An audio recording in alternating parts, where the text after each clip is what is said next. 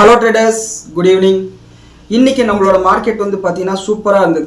காலையிலேயே வந்து கேப் அப்பில் ஓப்பன் ஆகுது, 100 பாயிண்ட்டுக்கு மேலே கேப் அப்பில் ஓப்பன் ஆகுது. அங்கேருந்து பார்த்தீங்கன்னா 200 பாயிண்ட் அளவுக்கு இன்க்ரீஸ் ஆகுது. ஆக மொத்தம் வந்து 300 பாயிண்ட் அளவுக்கு இன்க்ரீஸ் ஆகுது. ஓகே சூப்பர் அப்படின்னு சொல்லிட்டு நாமளும் நினச்சோம். அண்ட் இன்னைக்கு ஈவினிங் வீடியோவில் கூட வந்து பார்த்தீங்கன்னா ட்ரம்ப்பை பற்றி பேச மாட்டோம், இந்த ஈரான் இஸ்ரேல் பிரச்சனையை பற்றி பேச மாட்டோம்னு சொல்லிட்டு நானும் நினச்சேன். ஏன்னா ரெண்டு தரப்புலையும் வந்து பார்த்தீங்கன்னா பின் ட்ராப் சைலன்ஸ் மத்தியானம் வரையும். அதாவது பெருசாக இவங்களும் வந்து பார்த்தீங்கன்னா வாய் எதுவும் விடலை, அண்ட் அமெரிக்காவில் பிரசிடென்ட்டும் வந்து பார்த்தீங்கன்னா பெருசாக எதுவும் வாய் விடலை. அண்ட் அது மட்டும் இல்லாமல் நேற்றே வந்து பார்த்தீங்கன்னா ட்ரம்ப் 7 மணிக்கு போட்ட ட்வீட்டாக நம்ம நேற்று வீடியோவில் பேசிட்டோம். ஒபெக் நாடுகளோட கூட்டமைப்புலேருந்து யுனைடெட் அரப் எமிரேட்ஸ் வெளியே வராங்கன்றது நேற்று வீடியோவில் நம்ம சொல்லிட்டோம். ஓகே, டைரெக்டாக மார்க்கெட் இப்படி ஓப்பன் ஆச்சுங்க, ப்ராடர் மார்க்கெட் இப்படி இருந்தது. ஸோ ஸ்டாக் ஸ்பெசிஃபிக் நியூஸ்ன்னு சொல்லிட்டு போயிடலான்னு சொல்லிட்டு நானும் நினச்சேன். ஆனால் 1:35 தான் வந்தார் விநாயக் மகாதேவன். அதாவது ட்ரம்ப் வந்து பார்த்தீங்கன்னா 1:35 ஒரு போஸ்ட்டை போடுறார். அந்த போஸ்ட்டை போட்ட உடனே வந்து பார்த்தீங்கன்னா 300 பாயிண்ட்டுக்கு மேலே பாசிட்டிவ் அந்த மார்க்கெட் வந்து பார்த்தீங்கன்னா அப்படியே சரிபாதியாக விழுது. அதாவது 150 பாயிண்ட்டுக்கு மேலே வந்து பார்த்தீங்கன்னா அப்படியே விழுது. ஸோ அப்படி என்ன போஸ்ட் போட்டாருன்னா ரொம்ப பெரிய போஸ்டாக இல்லை, 2 லைன் தான். 2 லைனை வச்சு ஒட்டுமொத்த மார்க்கெட், நம்ம மார்க்கெட் மட்டும் இல்லை யூரோப்பியன் மார்க்கெட்டும் விழுது. க்ரூட் ஆயில் பயங்கரமாக ஏற ஆரம்பிக்குது. இப்போ நம்ம பேசிட்டு இருக்கும்போது பார்த்தீங்கன்னா $109.50 வந்து பார்த்தீங்கன்னா ட்ரேட் ஆகிட்டு இருக்கு க்ரூட் ஆயில். ஸோ அப்படி என்ன போஸ்ட்னு பார்த்தோம்னா, Iran can't get their act together, they don't know how to sign a non-nuclear deal, they better get smart soon. அதாவது ஈரானுக்கு வந்து பார்த்தீங்கன்னா அவங்க செய்கிறத ஒத்துமையாக செய்ய தெரியல, ஒரு நான் நியூக்ளியர் டீலை எப்படி சைன் பண்ணணும்னு கூட அவங்களுக்கு தெரியல. கொஞ்சம் சீக்கிரமாக அவங்க புத்திசாலியாக மாறினா நல்லா இருக்கும்னு சொல்லிட்டு ஒரு போஸ்ட்டை போடுறாரு. இந்த 2 லைனில் பெருசாக எதுவும் இல்லையே, இதனால் எதுக்கு மார்க்கெட் விழுந்துச்சு அப்படின்னு சொல்லிட்டு நீங்கள் கேட்கலாம். இதனால் மார்க்கெட் இல்லை, கீழே வந்து பார்த்தீங்கன்னா ஒரு ஃபோட்டோ போட்டிருக்காரு, அதனால தான் வந்து பார்த்தீங்கன்னா மார்க்கெட் விழுந்திருக்கு. அதாவது இந்த ஃபோட்டோவில் வந்து பார்த்தீங்கன்னா ஒரு M16 ரைஃபிளை வச்சுக்கிட்டு no more mister nice guy அப்படின்னு சொல்லிட்டு போஸ்ட்டை போட்டிருக்காரு. அதாவது நான் அட்டாக் பண்ண போகிறேன்றது சூசகமாக சொல்லியிருக்காரு. ஒருவேளை அட்டாக்ஸ் நடக்குமோன்ற பயத்தில் தான் மார்க்கெட்ஸ் விழ ஆரம்பிச்சது, க்ரூட் ஆயில் ஜம்ப் ஆக ஆரம்பிச்சது. ஆனால் என்ன பொறுத்தவரை வந்து பார்த்தீங்கன்னா அட்டாக் பண்ணுற நிலைமையில் அமெரிக்காவும் இல்லை, ஈரானும் இல்லை. ஒன்ஸ் அமெரிக்கா அட்டாக் பண்ண ஆரம்பிச்சா மறுபடியும் கல்ஃப் கண்ட்ரிஸ் மேலே வந்து பார்த்தீங்கன்னா ஈரான் அடிக்க ஆரம்பிச்சிடுவாங்க. அண்ட் அது மட்டும் இல்லாமல் ஈரானோட ஆயில் ரிசர்வ்ஸ் எல்லாம் வந்து பார்த்தீங்கன்னா கம்ப்ளீட்டாக ஃபுல் ஆகிடுச்சு. அதாவது இடம் பத்தாமல் பழைய கப்பலெல்லாம் இருக்கும் இல்லையா, அந்த கப்பல்லாம் வந்து நிரப்ப ஆரம்பிச்சிட்டாங்க. அந்த அளவுக்கு வந்து பார்த்தீங்கன்னா அவங்களோட ஸ்டோரேஜ் ஃபுல் ஆகிடுச்சு. ஸோ இப்படியே போனாக்கா ஈரானோட ஆயில் ப்ரொடக்ஷன் வந்து பார்த்தீங்கன்னா கம்ப்ளீட்டாக ஸ்டாப் பண்ண வேண்டியது இருக்கும். அண்ட் அப்படி ஸ்டாப் பண்ணிட்டாங்கன்னா எதிர்காலத்தில் மறுபடியும் அவங்க ட்ரில் பண்ணி எடுக்கும்போது அந்த அளவுக்கு க்ரூட் ஆயில் வராமல் போகலாம், க்ரூட் ஆயிலோட ப்ரொடக்ஷன் வந்து ரொம்ப நாளைக்கு பாதிக்கலாம். ஸோ அந்த நிலைமையில் ஈரான் இருக்காங்க. ஸோ அவங்களும் ரிஸ்க் எடுக்க மாட்டாங்க, அதனால தான் ஒரு ஸ்டெப்பு இறங்கி வராங்க. அப்படி இருக்கும்போது தலைவர் இந்த மாதிரி ஒரு போஸ்ட்டை போட்டு நம்மளோட மார்க்கெட், யூரோப்பியன் மார்க்கெட், கோல்டு ப்ரைஸஸ்ன்னு சொல்லிட்டு எல்லாத்தையும் கீழே தள்ளிட்டார். ஸோ இதுதான் வந்து பார்த்தீங்கன்னா இன்றைக்கி வந்து மார்க்கெட்டில் நடந்த ஜியோ பொலிட்டிக்கல் ஈவெண்ட். அண்ட் இதெல்லாம் நடக்காமல் இருந்திருந்தால் டைரெக்டாக நம்ம மார்க்கெட்டுக்கு போயிட்டு இருப்போம் இன்றைக்கி நியூஸ் வீடியோவில். அண்ட் இதுக்கப்புறம் வந்து பார்த்தீங்கன்னா நம்மளோட ஓவரால் மார்க்கெட் காலையில் வந்து பார்த்தீங்கன்னா பாசிட்டிவாக இருந்தது இல்லையா. அப்போ அட்வான்ஸ் டிக்ளைன் ரேஷியோ பார்த்தீங்கன்னா 2000 ஷேர் பாசிட்டிவாகவும் ஒரு 1000 ஷேர் நெகட்டிவாக இருந்தது. ஆனால் மத்தியானத்துக்கு மேலே இந்த மாதிரி ஒரு அப்டேட் வந்ததுக்கப்புறம் வந்து பார்த்தீங்கன்னா மார்க்கெட் முடியும் போது 1625 ஷேர்ஸ் பாசிட்டிவாகவும் 1666 ஷேர்ஸ் வந்து நெகட்டிவாகவும் முடிஞ்சிருக்கு. ஒருவேளை ட்ரம்ப் கிட்டேருந்து இந்த போஸ்ட் வராமல் இருந்திருந்தால் நம்மளோட மார்க்கெட் விழாமல் கூட இருந்திருக்கலாம். ஸோ மேற்கொண்டு என்ன நடக்குதுன்னு பார்க்கணும். இந்த ட்ரம்ப்போட இந்த போஸ்ட் மட்டும் இல்லை, இன்றைக்கி நைட்டு வந்து பார்த்தீங்கன்னா ஒரு 11:30 மணிக்கு வந்து பார்த்தீங்கன்னா US ஃபெடரல் ரிசர்வோட மீட்டிங் வரப்போகுது. இந்த மீட்டிங்கில் வந்து ஜெரம் போல் கடைசியாக பேச போகிறாரு. கடைசியாக பேசும்போது இந்த ட்ரம்ப்பை பற்றியோ இல்லை இந்த ஈரான் இஸ்ரேல் போரை பற்றியோ இன்ஃப்ளேஷனை பற்றியோ ஏதாவது எக்கத்தப்பாக பேசிட்டாருன்னா அதுக்கும் மார்க்கெட் வந்து ரியாக்ட் பண்ணும். ஸோ அதுக்காக தான் வந்து பார்த்தீங்கன்னா மார்க்கெட் கொஞ்சம் காஷியஸாக இருக்குது. அண்ட் அது மட்டும் இல்லாமல் இன்றைக்கி காலையிலே வந்து பார்த்தீங்கன்னா இந்த அளவுக்கு ஒரு ரேலி வந்து பார்த்தீங்கன்னா எனக்கு வந்து கொஞ்சம் டவுட்டாக தான் இருந்தது. ஏன்னா நேற்று FIS வந்து அவங்களோட ஃபியூச்சர் அண்ட் ஆப்ஷன்ஸ் பொசிஷன் வந்து பார்த்தீங்கன்னா 87% அளவுக்கு ஷார்ட்ஸை பில்ட் பண்ணி வச்சுருந்தாங்க. அப்படி FIS வந்து இந்த அளவுக்கு ஷார்ட்ஸை பில்ட் பண்ணி வச்சுருக்காங்கன்னும் போது எப்படி மார்க்கெட் ரேலி ஆகுது, மேபி இது வந்து ஷார்ட் கவரிங் ரேலியாக இருக்கும்னு சொல்லிட்டு நான் வந்து சந்தேகப்பட்டேன். ஆனால் க்ரூட் ஆயிலோட விலை குறையல, கோல்டோட விலை வந்து பார்த்தீங்கன்னா நம்மளோட மார்க்கெட் இன்க்ரீஸ் ஆன அளவுக்கு பேரலாக இன்க்ரீஸ் ஆகலை. வெறும் நம்மளோட மார்க்கெட்டில் அதுவும் நிஃப்டி மட்டும் பார்த்தீங்கன்னா பயங்கரமாக இன்க்ரீஸ் ஆச்சு. மிட் கேப் ஃப்ளாட்டாக இருந்தது, ஸ்மால் கேப் வந்து பார்த்தீங்கன்னா நிஃப்டி வந்து 1.5% அளவுக்கு பாசிட்டிவ் ஆகும்போது ஸ்மால் கேப் வந்து ஒரு 0.5% அளவு தான் பாசிட்டிவாக இருந்தது. ஸோ அதுலேயே வந்து பார்த்தீங்கன்னா இந்த ரேலி வந்து பார்த்தீங்கன்னா ஆர்டிஃபிஷியலாக இருக்குது, சில செலக்டட் ஸ்டாக்ஸில் வந்து நடக்குதுன்னு சொல்லிட்டு புரிஞ்சுக்க முடிஞ்சது. அதாவது உதாரணத்துக்கு ரிலையன்ஸ், இன்ஃபோசிஸ், பாரதி ஏர்டெல் மாதிரி சில ஸ்டாக்ஸில் மட்டும் பார்த்தீங்கன்னா குறிப்பிட்டு ரேலி வந்தது. ஸோ அதுதான் வந்து பார்த்தீங்கன்னா காரணம்.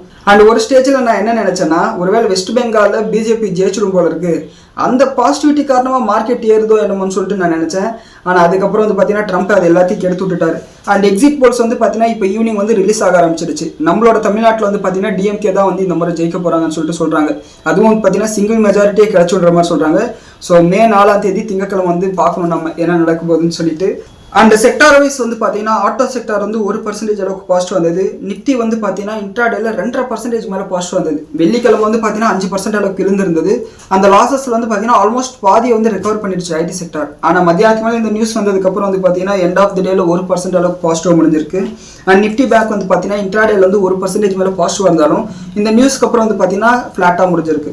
ஸோ க்ரூட் ஆயில் வந்து பார்த்தீங்கன்னா இப்போ வந்து $109 மேலே ட்ரேட் ஆகிட்டு இருக்கு. அண்ட் நைட்டுக்குள்ள என்ன பண்ண போகிறான்னு தெரியல. க்ரூட் ஆயில் ஃபியூச்சர்ஸ் வந்து பார்த்தீங்கன்னா $116 இருக்குது. அண்ட் எஃப்ஐடிஐ டேட்டா எடுத்துக்கிட்டோம்னா எஃப்ஐஎஸ் வந்து 2468 கோடி ரூபாய்க்கு செல் பண்ணியிருக்காங்க. அண்ட் டிஐஸ் வந்து பார்த்தீங்கன்னா 2262 கோடி ரூபாய்க்கு செல் பண்ணியிருக்காங்க. நான் ஏற்கனவே சொன்ன மாதிரி எஃப்ஐஎஸோட இண்டெக்ஸ் ஷார்ட் புஷ் வந்து பார்த்தீங்கன்னா 87% அளவுக்கு இன்க்ரீஸ் பண்ணியிருக்காங்க. மார்க்கெட் விழுன்னு சொல்லிட்டு அவங்க வந்து பெட் பண்ணுறாங்க. ஸோ என்ன நடக்குதுன்னு பொறுத்து வந்து பார்க்கணும்.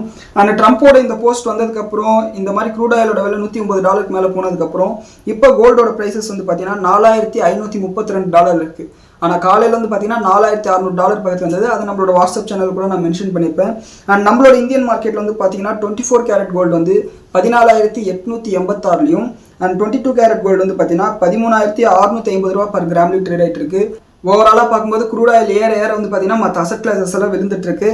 அண்ட் நம்மளோட அமெரிக்கா டாலருக்கு நிகரான இந்திய ரூபா வந்து பார்த்தீங்கன்னா $94.82 அளவுக்கு போயிடுச்சு. மறுபடியும் $95 வரைக்கும் போயிடுச்சு. ஏன்னா வந்து பார்த்தீங்கன்னா ஆர்பிஐ வந்து பார்த்தீங்கன்னா என்னென்னமோ பண்ண பார்த்தாங்க. ஆனால் அவங்க எல்லாம் பண்ணி முடிச்சதுக்கப்புறம் பார்த்தீங்கன்னா மறுபடியும் ரூபா வந்து டிப்ரிஷியேட் ஆகிட்டே இருக்குது. ஸோ இது வந்து பார்த்தீங்கன்னா கோல்டுக்கு நல்லது, கோல்டில் முதலீடு பண்ணியிருக்கிறவங்களுக்கு நல்லது. ஐடி செக்டார், ஃபார்மா செக்டார் மாதிரி டாலர் ரெவன்யூ இருக்கக்கூடிய கம்பெனிஸ் வந்து பாசிட்டிவான விஷயம். ஸோ மொத்த எல்லாருக்குமே நெகட்டிவான விஷயம் தான். ஏன்னா வந்து பார்த்தீங்கன்னா நம்ம க்ரூட் ஆயில் வந்து பல பொருட்களை வந்து பார்த்தீங்கன்னா இறக்குமதி தான் செய்கிறோம். இறக்குமதி செய்யும்போது நம்ம டாலரை கொடுத்துட்டு தான் வாங்க வேண்டியது இருக்குது. சில நாடுகளோட நம்மளுக்கு பைலேட்டரல் ட்ரேட் இருந்தாலும் கூட பல நாடுகள் கிட்ட வந்து பார்த்தீங்கன்னா நம்ம டாலரை கொடுத்து தான் வாங்கிட்டு இருக்கோம். அப்படி இருக்கிற பட்சத்தில் டாலரோட விலை வந்து பார்த்தீங்கன்னா அதிகமாகும் போது நம்மளோட இந்தியன் ரூபி டிப்ரிஷியேட் ஆகும்போது நம்ம அதிகமான ரூபாவை கொடுக்குற மாதிரி இருக்கும். இது ஆல்மோஸ்ட் வந்து பார்த்தீங்கன்னா நம்மளோட இன்ஃப்ளேஷனை மறுபடியும் இன்க்ரீஸ் பண்ண தான் செய்யும். அண்ட் எலெக்ஷன் முடிஞ்சிருச்சு. நான் பார்த்த வரையும் வந்து பார்த்தீங்கன்னா இப்போ டைம் வந்து 8 மணி. இப்போ வரையும் வந்து பார்த்தீங்கன்னா பெட்ரோல் டீசல் விலை ஏற்றுறேன்னு சொல்லிட்டு எந்த நியூஸும் வரல. ஸோ ஆயில் மார்க்கெட்டிங் கம்பெனிஸோட ஷேர்ஸ் வந்து பார்த்தீங்கன்னா இதனால் பெருசாக இம்பாக்ட் ஆகாது. அண்ட் இன்னைக்கான ஸ்டாக் ஸ்பெசிஃபிக் நியூஸ்ன்னு வந்தோம்னா ஒரு பாயிண்ட் ஆஃப் டைமில் ஐடிசி வந்து பார்த்தீங்கன்னா 4% அளவுக்கும், கோட்ரே ஃபிலிப்ஸ் வந்து பார்த்தீங்கன்னா 7% அளவுக்கு இன்க்ரீஸ் ஆனது. காரணம் என்னன்னா சில நியூஸ் ரிப்போர்ட்ல என்ன சொல்றாங்கன்னா இந்த சிகரெட்டோட விலையை வந்து பார்த்தீங்கன்னா 15%லேருந்து 20% வரைக்கும் இன்க்ரீஸ் பண்ண போறாங்கன்னு சொல்லியிருக்காங்க. இது நம்ம ஆல்ரெடி வந்து கெஸ் பண்ணதான். ஒன்ஸ் டாக்ஸஸ் ஏற்றினாங்கன்னா ஒரு 2-3 மாசத்துல வந்து பார்த்தீங்கன்னா சிகரெட்டோட விலையை வந்து மறுபடியும் இன்க்ரீஸ் பண்ணுவாங்கன்னு சொல்லிட்டு. ஸோ இந்த டாக்ஸை ஏற்றினது வந்து பார்த்தீங்கன்னா கன்சியூமருக்கு டிரான்ஸ்ஃபர் பண்றாங்கன்ற ஒரு பாசிட்டிவான விஷயத்தினால சிகரெட் கம்பெனிஸோட ஷேர் பிரைஸ் இன்னைக்கு வந்து இன்க்ரீஸ் ஆனது. அண்ட் வேதாந்தாவா ட்ரேட் ஆகிற லாஸ்ட் நாள் இதுதான். அண்ட் நாளைக்கு வந்து பார்த்தீங்கன்னா எக்ஸ்டேட், நாளைக்கு காலையிலே வந்து பார்த்தீங்கன்னா வேதாந்தாவோட ப்ரைஸஸ் வந்து பார்த்தீங்கன்னா உங்களுக்கு அட்ஜஸ்ட் ஆகி தான் ட்ரேட் ஆக ஆரம்பிக்கும். அண்ட் அது மட்டும் இல்லாமல் இன்னைக்கு வேதாந்தாவோட ஷேர் ப்ரைஸ் 4% அளவுக்கு இன்க்ரீஸ் ஆயிருந்தது. அதுக்கான காரணம் என்னன்னு பார்த்தீங்கன்னா அவங்களோட Q4 நம்பர்ஸை ரிலீஸ் பண்ணிட்டாங்க. இதுவும் வந்து பார்த்தீங்கன்னா லாஸ்ட் ரிசல்ட், வேதாந்தா டிமர்ஜ் ஆகிறதுக்கு முன்னாடி இருக்கக்கூடிய ரிசல்ட் வந்து லாஸ்ட் ரிசல்ட் இதுதான். இவங்களோட ப்ராஃபிட் வந்து பார்த்தீங்கன்னா 88% இன்க்ரீஸ் ஆயிருக்கு. ரெவன்யூ வந்து 48% தான் இன்க்ரீஸ் ஆயிருக்கு. ஆனால் ப்ராஃபிட் அதிகமானது காரணம் என்னன்னா மார்ஜின்ஸ் இன்க்ரீஸ் ஆயிருக்கு. அண்ட் அது மட்டும் இல்லாமல் மார்ஜின் வந்து 31% மெயின்டைன் பண்ணுறாங்க. இஸ்ரேல் ஈரான் கான்ஃப்ளிக்ட் இருக்கிறதுனால வந்து பார்த்தீங்கன்னா கமாடிட்டி பிரைசஸ் இன்க்ரீஸ் ஆகிட்டு இருக்கு. அது மட்டும் இல்லாமல் ஈரானில் இருக்கக்கூடிய அலுமினியம் பிளான்ட் அடிச்சிட்டானுங்க. அண்ட் ஸ்டீல் பிரைசஸும் வந்து பார்த்தீங்கன்னா இன்க்ரீஸ் ஆயிருக்கு. மாருதியோட மேனேஜ்மெண்ட் கூட சிஎன்பிசிக்கு வந்து ஒரு இன்டர்வியூ கொடுத்துருந்தாங்க. அவங்களோட மேனேஜ்மெண்ட் கூட இந்த மாதிரி கமாடிட்டி பிரைசஸ் இன்க்ரீஸ் ஆகிறதுனால வந்து பார்த்தீங்கன்னா எங்களோட மார்ஜின் மேலே இம்பாக்ட் ஆகும்னு சொல்லியிருக்காங்க. கமாடிட்டி விற்கக்கூடிய கம்பெனிக்கு அது பாசிட்டிவாக இருக்கலாம், அதை கன்சியூம் பண்ணக்கூடிய கம்பெனிஸ்க்கு வந்து பார்த்தீங்கன்னா அது கண்டிப்பாக நெகட்டிவான விஷயம் தான். அண்ட் இவங்க என்ன சொல்கிறாங்கன்னா மாருதி சுசுகியோட மேனேஜ்மெண்ட் சிஎன்பிசிக்கு என்ன சொன்னாங்கன்னா புதுசாக வந்து பார்த்தீங்கன்னா நாங்கள் கெப்பாசிட்டி வந்து அதிகப்படுத்த போகிறோம், ப்ரொடக்ஷன் கெப்பாசிட்டி அதிகப்படுத்த போகிறோம். இதன் மூலிமா வந்து பார்த்தீங்கன்னா ஒரு வருஷத்துக்கு 2.5 லட்சம் கார்ஸை வந்து புதுசாக உற்பத்தி பண்ண முடியும். அண்ட் அது மட்டும் இல்லாமல் ஜிஎஸ்டி குறைச்சிருக்கிறதுனால ஸ்மால் கார்ஸ் சேல்ஸ் வந்து பார்த்தீங்கன்னா அதிகமாகும்னு சொல்லியிருக்காங்க.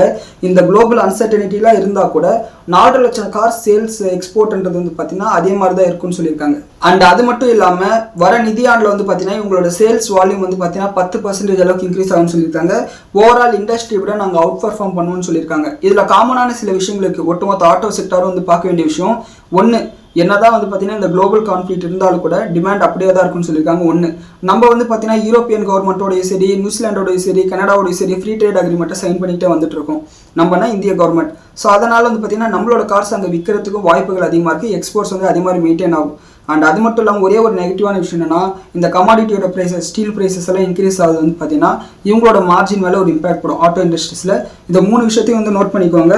அடுத்து ஃபெடரல் பேங்கோட Q4 நம்பர் இன்னைக்கு ரிலீஸ் பண்ணியிருந்தாங்க. அந்த ரிசல்ட்டை பார்க்கும்போது அந்த அளவுக்கு மோசமால எனக்கு தோணலை. ஏன்னா அவங்களோட ப்ராஃபிட் வந்து இயர் ஆன் இயர் பேசிஸில் 20% இன்க்ரீஸ் ஆயிருக்கு. நெட் இன்ட்ரெஸ்ட் இன்கம் வந்து பார்த்தீங்கன்னா 33% இன்க்ரீஸ் ஆயிருக்கு.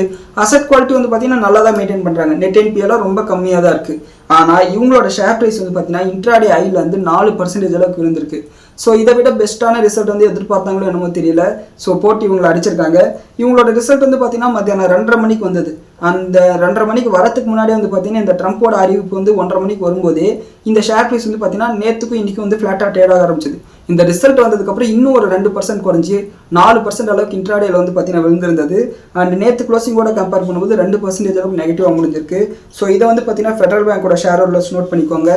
அடுத்து டாக்டர் ரெட்டிக்கு வந்து பார்த்தீங்கன்னா ஒரு பாசிட்டிவான அப்டேட் என்னன்னா, இவங்களுக்கு வந்து பார்த்தீங்கன்னா கனடா கவர்மெண்ட் வந்து பார்த்தீங்கன்னா இவங்களோட செமக்ளூடைடு ஜெனரிக் வெர்ஷனுக்கு வந்து பார்த்தீங்கன்னா அப்ரூவல் கொடுத்துருக்காங்க. இது வந்து பார்த்தீங்கன்னா இவங்களுக்கு வந்து ஒரு பாசிட்டிவான அப்டேட்டாக பார்க்கப்படுது. அண்ட் பந்தன் பேங்கோட ஷேர் ப்ரைஸ் வந்து பார்த்தீங்கன்னா 11% அளவுக்கு இன்க்ரீஸ் ஆயிருக்கு. காரணம் இவங்களோட Q4 ப்ராஃபிட் வந்து பார்த்தீங்கன்னா 70% இயர் ஆன் இயர் பேசிஸில் வந்து இன்க்ரீஸ் ஆயிருக்கு. அதாவது 534 கோடி ரூபா வந்து ப்ராஃபிட் பண்ணியிருக்காங்க. ஆனால் இவங்களோட NPA வந்து பார்த்தீங்கன்னா அசட் குவாலிட்டி வந்து பார்த்தீங்கன்னா ரொம்ப வஸ்ட்டாக இருக்குது. அதாவது இவங்களோட கிராஸ் என்பி வந்து பார்த்தீங்கன்னா 3.27%, நெட் என்பி வந்து பார்த்தீங்கன்னா 0.97% இருக்குது. இந்த அளவுக்கு வந்து அசட் குவாலிட்டி வீக்காக இருக்கும்போது இவங்களோட ஷேர் ப்ரைஸ் இன்க்ரீஸ் ஆயிருக்கு. ஆனால் ஃபெடரல் பேங்க் போட்டு சாத்தியிருக்காங்க. மார்க்கெட்டை வந்து புரிஞ்சிக்கவே முடியல. அண்ட் அடுத்து வந்து பார்த்தீங்கன்னா போன வாரம் லைவ் போன போது வந்து பார்த்தீங்கன்னா கமெண்ட்ஸ் கேட்கும்போது சில பேர் வந்து MRF ஷேர்ஸ் வந்து வாங்கலாம்னு சொல்லிட்டு கேட்டிருந்தாங்க. ஸோ அதுக்கு பதிலாக வந்து பார்த்தீங்கன்னா அப்போலோ டயர் சியட்டை பற்றி நான் பேசியிருந்தேன். அண்ட் இன்னைக்கு வந்து பார்த்தீங்கன்னா சியட்டோட Q4 நம்பர் வந்து பார்த்தீங்கன்னா ரிலீஸ் பண்ணியிருக்காங்க.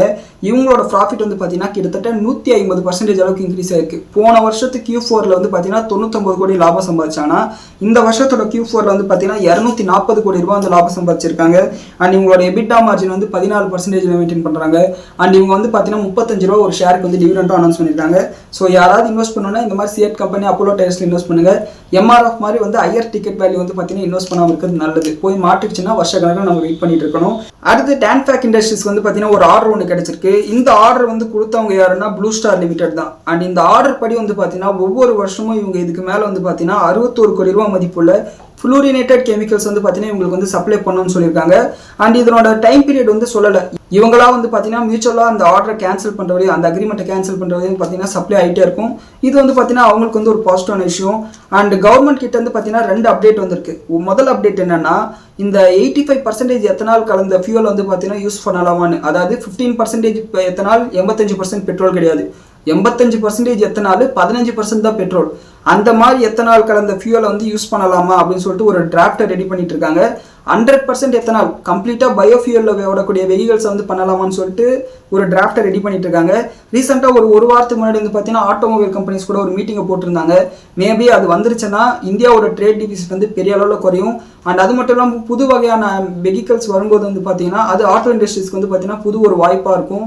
அண்ட் டிவிஎஸ் மோட்டார்ஸாக இருக்கட்டும், ஹீரோ மோட்டார் காப்பாக இருக்கட்டும், அது வந்து பார்த்தீங்கன்னா பயங்கரமாக இன்க்ரீஸ் ஆகும். ஸோ வெயிட் பண்ணி பார்க்கலாம் என்ன நடக்குதுன்னு சொல்லிட்டு. அண்ட் ஃபெர்டிலைசர் செக்மெண்ட்டில் வந்து பார்த்தீங்கன்னா நம்மளுக்கு வந்து யூரியாவுக்கு வந்து பார்த்தீங்கன்னா மிகப்பெரிய டிமாண்ட் இருக்குது. அதை பற்றி நம்ம நேற்று வீடியோவில் கூட பேசியிருந்தோம். என்னன்னா இப்போ வந்து ஒரு வருஷத்துக்கு வந்து பார்த்தீங்கன்னா 100 லட்சம் டன், அதாவது 1 கோடி டன் அளவுக்கு யூரியா தேவை வந்து நம்மளுக்கு இருக்குது. இதை சரி பண்ணுறதுக்காக வந்து பார்த்தீங்கன்னா கேபினெட் வந்து பார்த்தீங்கன்னா ஒரு டாக்குமெண்ட்டை ப்ரிப்பேர் பண்ணிட்டு இருக்காங்க.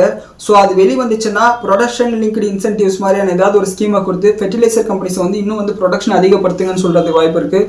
ஸோ அது வந்து பார்த்தீங்கன்னா ஓவராலாக ஃபெர்டிலைசர்ஸ் கம்பெனிஸ்க்கு வந்து பாசிட்டிவான விஷயமா இருக்கும். அண்ட் இப்போ நம்ம பேசிட்டு இருக்கிற இந்த நேரத்தில் வந்து பார்த்தீங்கன்னா கிஃப்ட் நிஃப்டி வந்து ஒரு 60 பாயிண்ட் அளவுக்கு கேப் டவுன் சொல்லிட்டு காமிக்குது. அண்ட் இந்த வீடியோ ஸ்டார்ட் பண்ண டைமில் வந்து பார்த்தீங்கன்னா 100 பாயிண்ட் அளவுக்கு கேப் டவுன் சொல்லிட்டு காமிச்சது. ஸோ அப்படி நடந்துச்சுன்னா இன்னைக்கு வந்து எல்லா கெயின்ஸும் வந்து பார்த்தீங்கன்னா வைப் அவுட் ஆகிடும். அண்ட் அது மட்டும் இல்லாமல் க்ரூட் ஆயில் வந்து இப்போ $109 மேலே ட்ரேட் ஆகிட்டு இருக்கு. அண்ட் அமெரிக்கன் மார்க்கெட் வந்து பார்த்தீங்கன்னா டவ் ஜோன்ஸ் 0.4%, நாஸ்டாக் வந்து பாசிட்டிவாக இருக்குது. காரணம் நேற்று 1% வந்து விழுந்தது இல்லையா, அதனால. அண்ட் S&P 500 வந்து பார்த்தீங்கன்னா ஃப்ளாட்டாக இருக்குது. 4 பாயிண்ட் வந்து பார்த்தீங்கன்னா பாசிட்டிவாக இருக்குது. அண்ட் கோல்டு ப்ரைஸஸ் வந்து பார்த்தீங்கன்னா $4540 இருக்குது. ஒரு $10 அளவுக்கு இன்க்ரீஸ் ஆயிருக்கு. இதுதான் வந்து பார்த்தீங்கன்னா இப்போ இருக்கக்கூடிய மார்க்கெட் நிலவரம். மேற்கொண்டு ஏதாவது அப்டேட்ஸ் இருந்துச்சுன்னா நம்மளோட வாட்ஸ்அப் சேனல் நான் அதை மென்ஷன் பண்ணுறேன். ரொம்ப முக்கியமான அப்டேட்னா ஷார்ட்ஸ் ஃபார்மில் நான் வீடியோ போடுறேன். அண்ட் இந்த வீடியோ பற்றின உங்களோட கருத்துக்களை கீழே கமெண்ட் செக்ஷனில் சொல்லுங்கள். அண்ட் இந்த வீடியோவை உங்களோட நண்பர்களுக்கும் பகிருங்க. நன்றி, வணக்கம்.